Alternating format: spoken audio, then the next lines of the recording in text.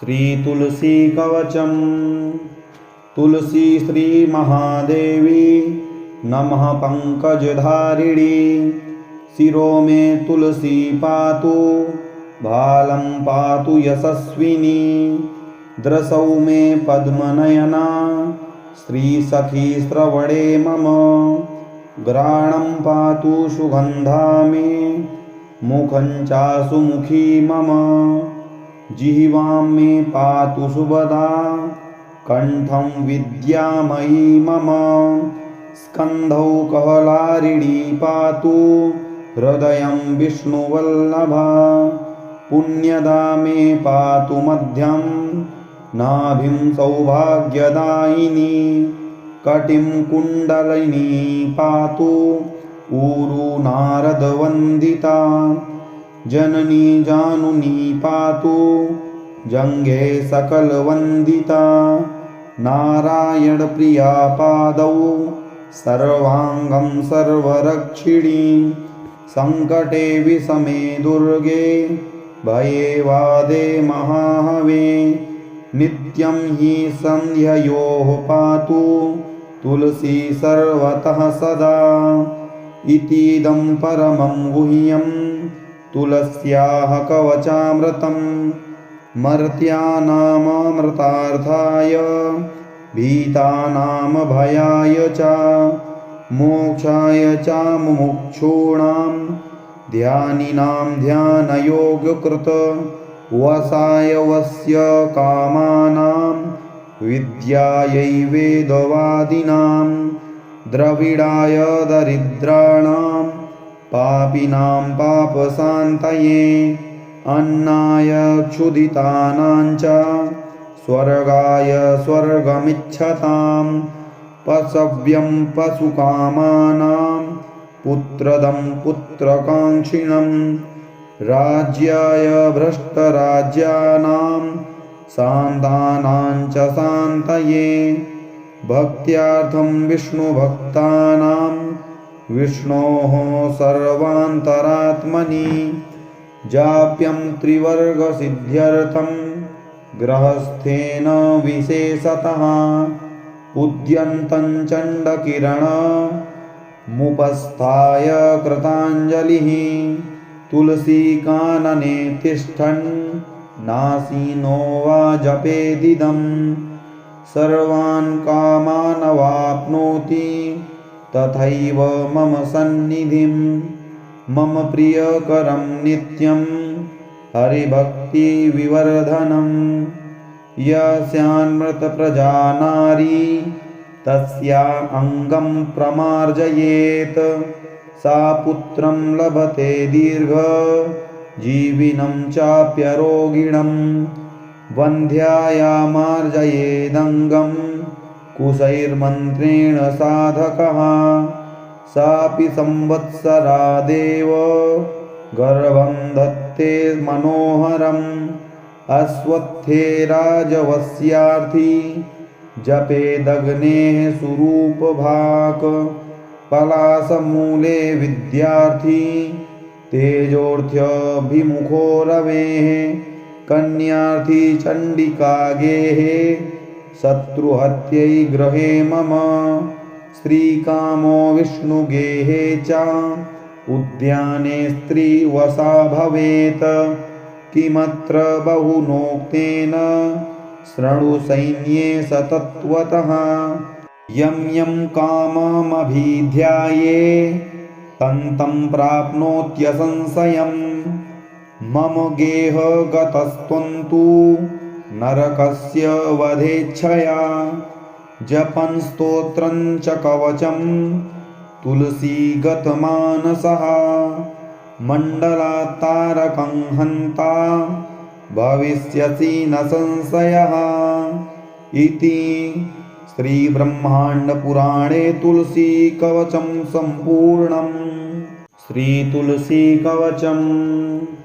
तुलसी श्री महादेवी नमः पंकजधारिणी। शिरो में तुलसी पातु भालं पातु यशस्विनी। द्रसौ में पद्मनयना श्री सखी श्रवणे मम।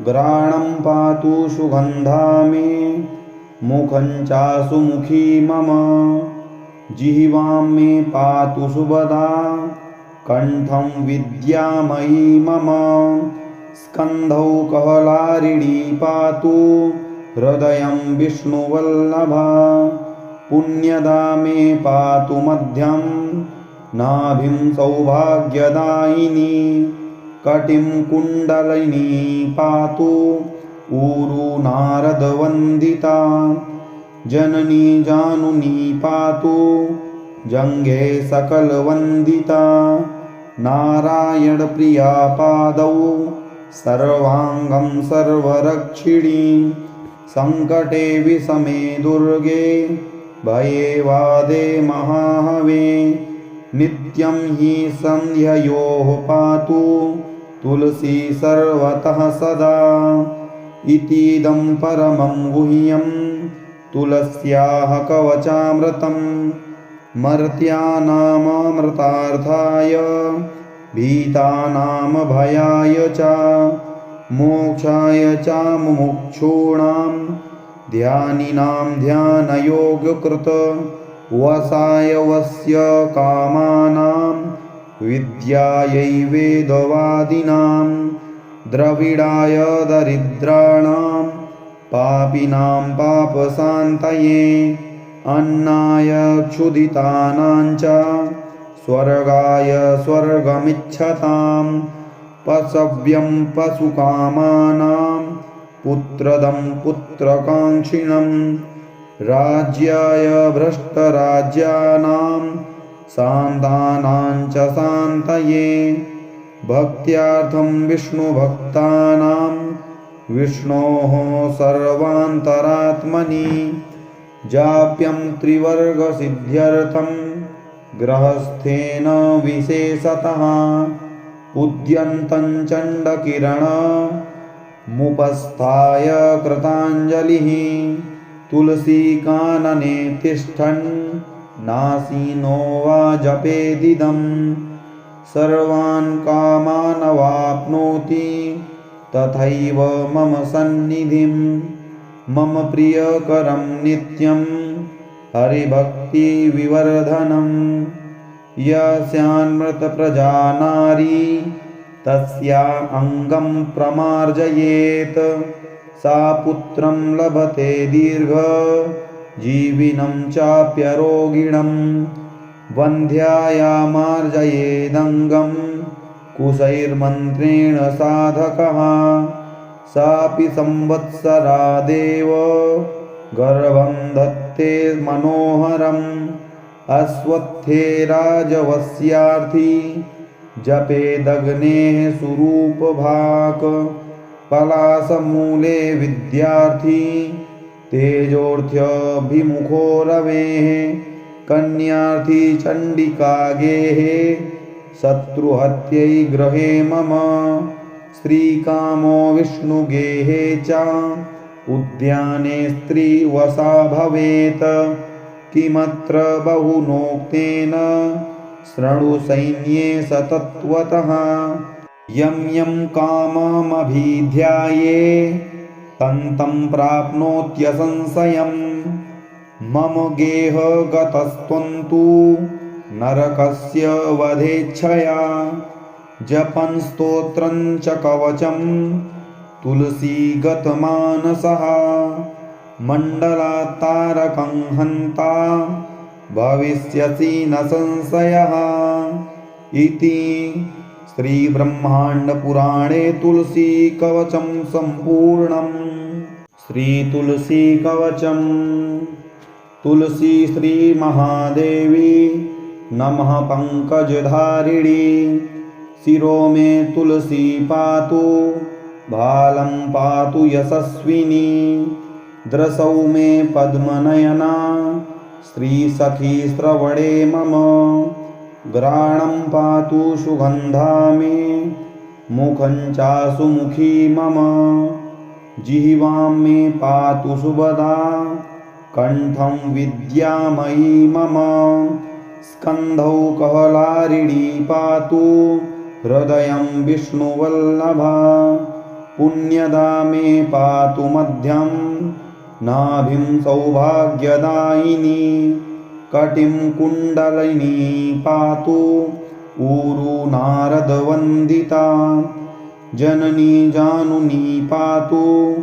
जङ्घे सकलवन्दिता नारायणप्रिया पादौ सर्वाङ्गं सर्वरक्षिणी सङ्कटे विषमे दुर्गे भये वादे महाहवे नित्यं हि सन्ध्ययोः पातु तुलसी सर्वतः सदा इतीदं परमं गुह्यं तुलस्याः कवचामृतं मर्त्यानाममृतार्थाय भीतानां भयाय च मोक्षाय च मुमुक्षूणां ध्यानिनां ध्यानयोगकृत वसाय वस्य कामानां विद्यायै वेदवादिनां द्रविडाय दरिद्राणां पापिनां पापशान्तये अन्नाय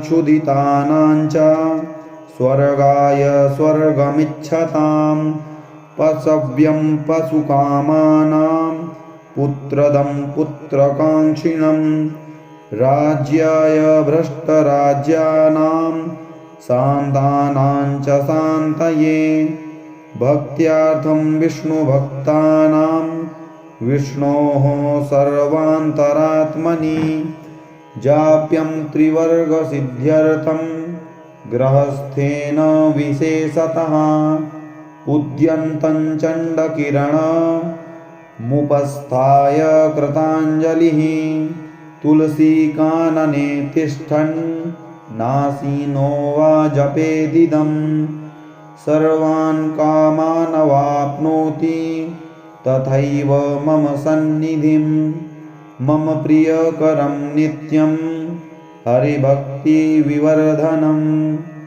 यस्यान्मृतप्रजा नारी तस्या अङ्गं प्रमार्जयेत् सा पुत्रं लभते दीर्घजीविनं चाप्यरोगिणं वन्ध्यायामार्जयेदङ्गं कुशैर्मन्त्रेण साधकः सापि संवत्सरादेव गर्भं धत्ते मनोहरम् अश्वत्थे राजवस्यार्थी जपेदग्नेः सुरूपभाक् पलाशमूले विद्यार्थी तेजोर्थ्यभिमुखो रवेः कन्यार्थी चण्डिकागेः शत्रुहत्यै गृहे मम स्त्रीकामो विष्णुगेहे च उद्याने स्त्रीवशा भवेत् किमत्र बहुनोक्तेन शृणु सैन्ये सतत्वतः यं यं काममभिध्याये तं तं प्राप्नोत्यसंशयं मम गेहगतस्त्वन्तु नरकस्य वधेच्छया जपन् स्तोत्रं च कवचं तुलसीगतमानसः मण्डलात्तारकं हन्ता भविष्यसि न संशयः इति श्रीब्रह्माण्डपुराणे तुलसीकवचं सम्पूर्णम्। श्रीतुलसीकवचं तुलसी श्रीमहादेवी नमः पङ्कजधारिणी शिरो मे तुलसी पातु भालं पातु यशस्विनी दृशौ मे पद्मनयना श्रीसखी श्रवणे मम घ्राणं पातु सुगन्धा मे मुखं चासु मुखी मम जिह्वां मे पातु सुभदा कण्ठं विद्यामयी मम स्कन्धौ कहलारिणी पातु हृदयं विष्णुवल्लभा पुण्यदा मे पातु मध्यं नाभिं सौभाग्यदायिनी कटिं कुण्डलिनी पातु ऊरु नारदवन्दिता जननी जानुनी पातु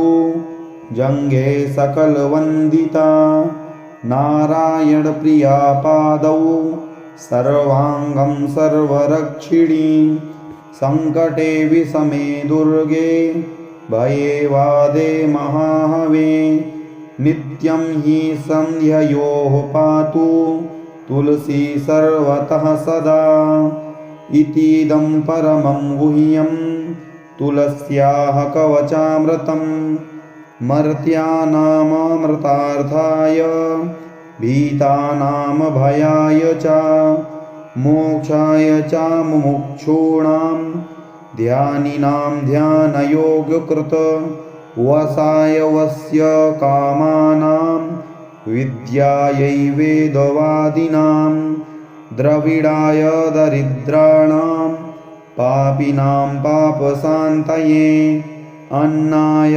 क्षुधितानां च स्वर्गाय स्वर्गमिच्छतां पशव्यं पशुकामानां पुत्रदं पुत्रकाङ्क्षिणं राज्याय भ्रष्टराज्यानां शान्तानां च शान्तये भक्त्यार्थं विष्णुभक्तानां विष्णोः सर्वान्तरात्मनि जाप्यं त्रिवर्गसिद्ध्यर्थं गृहस्थेन विशेषतः उद्यन्तं चण्डकिरणमुपस्थाय कृताञ्जलिः तुलसीकानने तिष्ठन् नासीनो वा जपेदिदं सर्वान् कामानवाप्नोति तथैव मम सन्निधिं मम प्रियकरं नित्यं हरिभक्तिविवर्धनं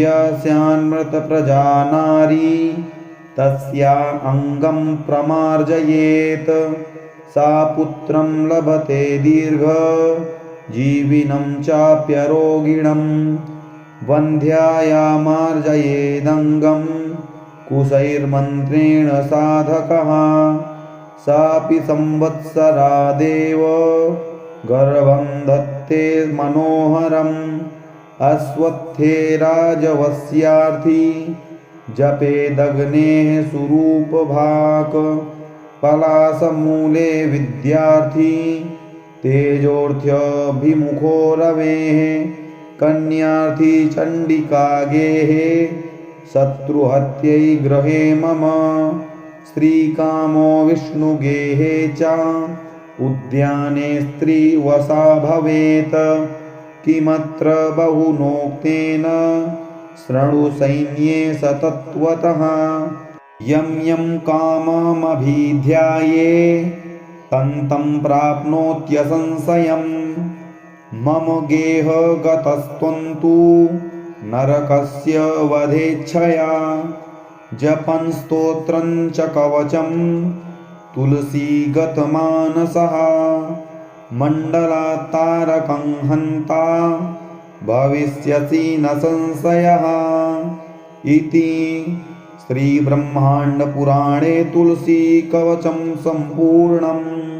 श्रीतुलसीकवचं तुलसी श्रीमहादेवी नमः पङ्कजधारिणी शिरो मे तुलसी पातु भालं पातु यशस्विनी दृशौ मे पद्मनयना श्रीसखी श्रवणे मम घ्राणं पातु सुगन्धा मे मुखं चासुमुखी मम जिह्वां मे पातु सुभदा कण्ठं विद्यामयी मम स्कन्धौ कहलारिणी पातु हृदयं विष्णुवल्लभा पुण्यदा मे पातु मध्यं नाभिं सौभाग्यदायिनी कटिं कुण्डलिनी पातु ऊरु नारदवन्दिता जननी जानुनी पातु जङ्घे सकलवन्दिता नारायणप्रिया पादौ सर्वाङ्गं सर्वरक्षिणी सङ्कटे विषमे दुर्गे भये वादे महाहवे नित्यं हि सन्ध्ययोः पातु तुलसी सर्वतः सदा इतीदं परमं गुह्यं तुलस्याः कवचामृतं मर्त्यानाममृतार्थाय भीतानां भयाय च मोक्षाय च मुमुक्षूणां ध्यानिनां ध्यानयोगकृत वसाय वस्य कामानां विद्यायै वेदवादिनां द्रविडाय दरिद्राणां पापिनां पापशान्तये अन्नाय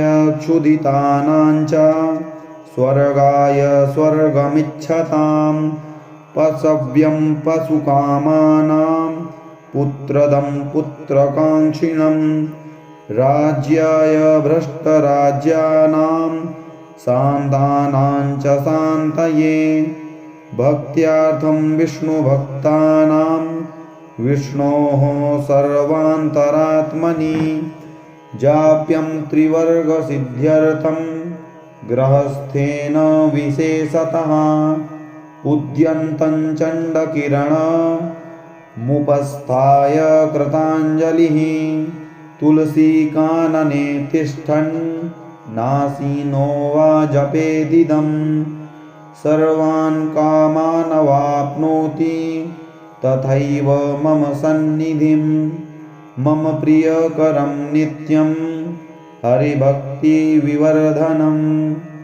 यस्यान्मृतप्रजा नारी तस्या अङ्गं प्रमार्जयेत् सा पुत्रं लभते दीर्घजीविनं चाप्यरोगिणं वन्ध्यायामार्जयेदङ्गं कुशैर्मन्त्रेण साधकः सापि संवत्सरादेव गर्भं धत्ते मनोहरम् अश्वत्थे राजवस्यार्थी जपेदग्नेः सुरूपभाक् पलाशमूले विद्यार्थी तेजोऽर्थ्यभिमुखो रवेः कन्यार्थी चण्डिकागेः शत्रुहत्यै गृहे मम स्त्रीकामो विष्णुगेहे च उद्याने स्त्रीवशा भवेत् किमत्र बहुनोक्तेन शृणु सैन्ये सतत्वतः यं यं काममभिध्याये तं तं प्राप्नोत्यसंशयं मम गेहगतस्त्वन्तु नरकस्य वधेच्छया जपन् स्तोत्रं च कवचं तुलसीगतमानसः मण्डलात्तारकं हन्ता भविष्यसि न संशयः इति श्रीब्रह्माण्डपुराणे तुलसीकवचं सम्पूर्णम्।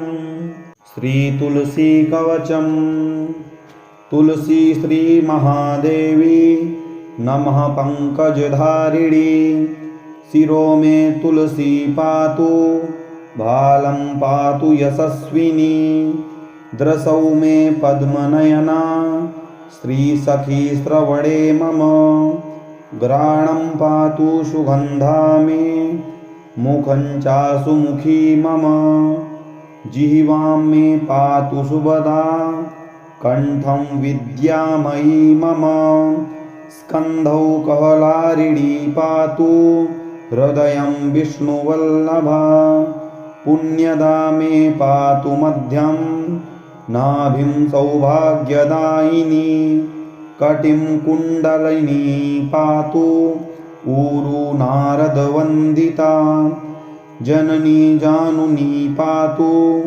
जङ्घे सकलवन्दिता नारायणप्रिया पादौ सर्वाङ्गं सर्वरक्षिणी सङ्कटे विषमे दुर्गे भये वादे महाहवे नित्यं हि सन्ध्ययोः पातु तुलसी सर्वतः सदा इतीदं परमं गुह्यं तुलस्याः कवचामृतं मर्त्यानाममृतार्थाय भीतानां भयाय च मोक्षाय च मुमुक्षूणां ध्यानिनां ध्यानयोगकृत वसाय वस्य कामानां विद्यायै वेदवादिनां द्रविडाय दरिद्राणां पापिनां पापशान्तये अन्नाय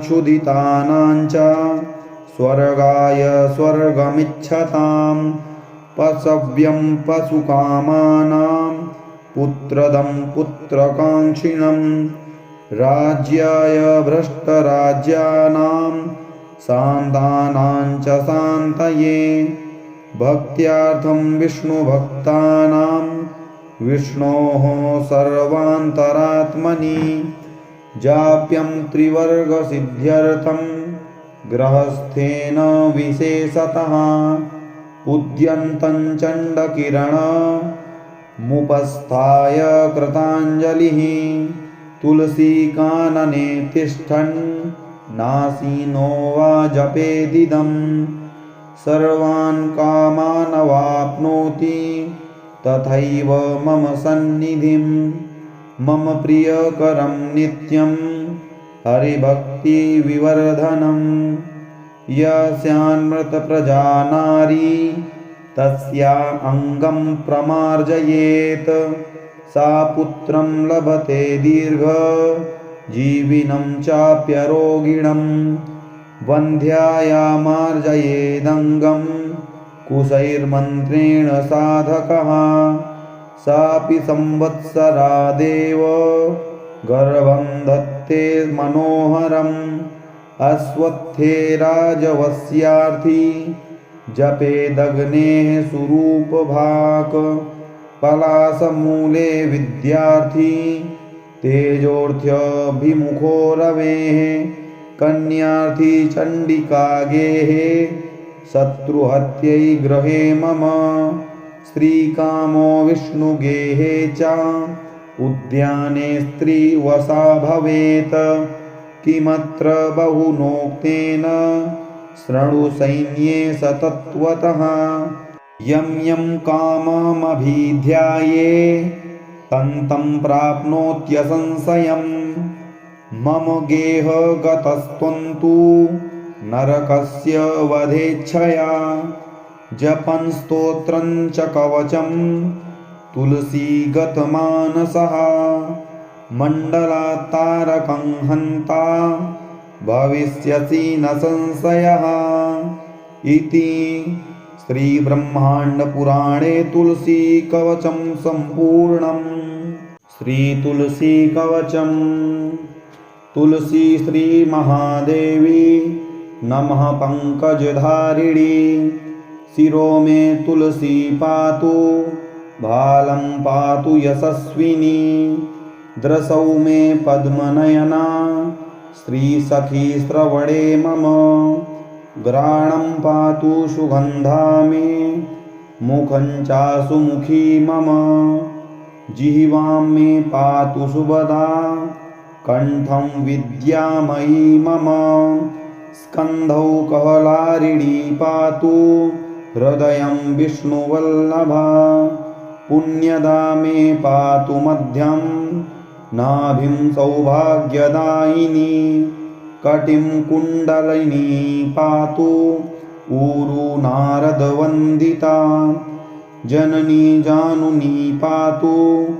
जङ्घे सकलवन्दिता नारायणप्रिया पादौ सर्वाङ्गं सर्वरक्षिणी सङ्कटे विषमे दुर्गे भये वादे महाहवे नित्यं हि सन्ध्ययोः पातु तुलसी सर्वतः सदा इतीदं परमं गुह्यं तुलस्याः कवचामृतं मर्त्यानाममृतार्थाय भीतानां भयाय च मोक्षाय च मुमुक्षूणां ध्यानिनां ध्यानयोगकृत वसाय वस्य कामानां विद्यायै वेदवादिनां द्रविडाय दरिद्राणां पापिनां पापशान्तये अन्नाय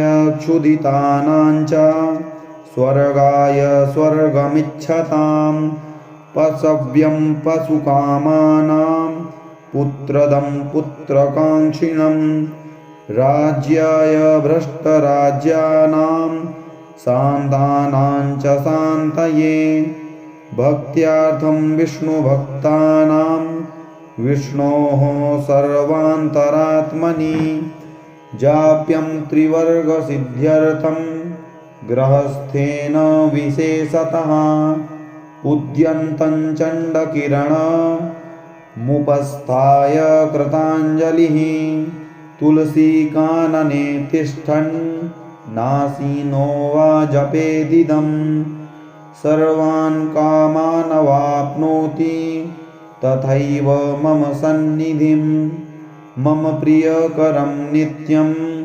हरिभक्तिविवर्धनं यस्यान्मृतप्रजा नारी तस्या अङ्गं प्रमार्जयेत् सा पुत्रं लभते दीर्घजीविनं चाप्यरोगिणं वन्ध्यायामार्जयेदङ्गं कुशैर्मन्त्रेण साधकः सापि संवत्सरादेव गर्भं धत्ते मनोहरम् अश्वत्थे राजवस्यार्थी जपेदग्नेः सुरूपभाक् पलाशमूले विद्यार्थी तेजोर्थ्यभिमुखो रवेः कन्यार्थी चण्डिकागेः शत्रुहत्यै गृहे मम स्त्रीकामो विष्णुगेहे च उद्याने स्त्रीवशा भवेत् किमत्र बहुनोक्तेन शृणु सैन्ये सतत्वतः यं यं काममभिध्याये तं तं प्राप्नोत्यसंशयम् मम गेहगतस्त्वन्तु नरकस्य वधेच्छया जपन् स्तोत्रं च कवचं तुलसीगतमानसः मण्डलातारकं हन्ता भविष्यसि न संशयः इति श्रीब्रह्माण्डपुराणे तुलसीकवचं सम्पूर्णम्। पूरा वीडियो देखने के लिए धन्यवाद। यदि चैनल में नए हैं तो चैनल को सब्सक्राइब अवश्य करें, साथ ही बेल आइकन प्रेस करें एवं कमेंट बॉक्स में जय तुलसी माता अवश्य लिखें। मिलते हैं अगली वीडियो में, तब तक के लिए जय श्री कृष्ण, जय श्री राधे।